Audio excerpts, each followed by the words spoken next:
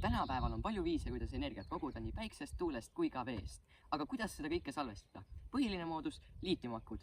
Aga üks suur probleem liitiumakudega on see, et nad on väga keskkonnakahjulikud. Nende tootmine on keeruline ja nad kasutavad väärtuslikke metalle nagu liitium ja koobalt.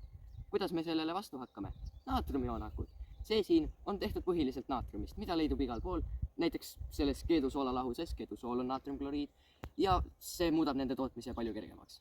Naatriumjoonakud on hiljuti tulnud müügile üsna heade hindade ja näitajatega. Selles naatriumakus, mis minul on, kasutatakse ainsa väärtusliku metallina koobaltit, aga on ka hiljutisi läbimurdeid naatriumakude kohta, mis kasutavad naatriumit ja mangaani. Mõlemad neist metallidest on üsna mitteharuldased ja seetõttu ka loodussõbralikumad. Liitiumjoonakud ei ole teatud kui just kõige ohutumad akud, aga lubatakse, et naatriumjoonakud on palju ohutumad. Aga kas naatriumjoonakud on tõesti ohutumad? Üks viis teada saada.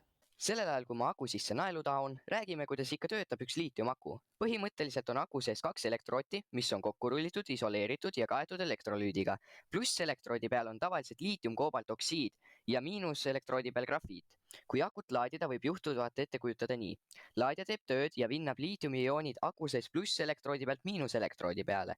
Liitiumioonid tahavad hirmsasti oma vanale kohale tagasi minna, aga et see juhtuks, peaks elektronid ehk elekter minema läbi kusagilt ringiga.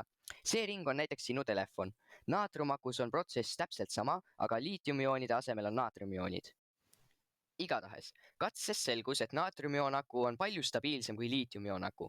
Selleks on 2 põhjust. Esiteks, naatriumaku elektrolüüt, mis on vedel, ei ole tuleohtlik, samal ajal kui liitiumaku elektrolüüt põleb nagu bensiin.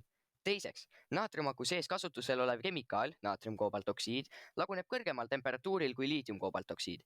See tähendab, et on vaja kõrgemat temperatuuri, et algatada ahelreaktsioon, kus metalloksiid vabastab enda hapniku ja seega kiirendab põlemisprotsessi.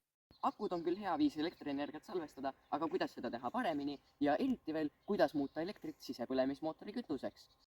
Seda teeme protseduuriga nimega elektrolüüs. Elektrolüüs, millest rääkisin, töötab nii. Elekter käib läbi vee ehk H2O, selle käigus lammutab ta sidemed H-de ja O-de vahel ning moodustub vesinik miinuselektroodil ja puhas hapnik plusselektroodil. Aga kuidas me teeme midagi suuremat? See siin on pisikene vesinikugeneraator, mille ma ise kodus ehitasin. Siin sees on soolvesi, 2 elektrooti ja peal õhupall. Nii et vaatame, mida see siis teha saab. Ma pean ütlema, et te kõik olete kindlasti näinud õhupallipauku kusagil teadusteatris. Aga see siin ei ole tavaline õhupallipauk. Teie tavalises õhupallis on puhas vesinik. Selle sees on 60% vesinikku ja 30% hapnikku. Siin on võrdluseks ka tavalise vesinikuga täidetud õhupall.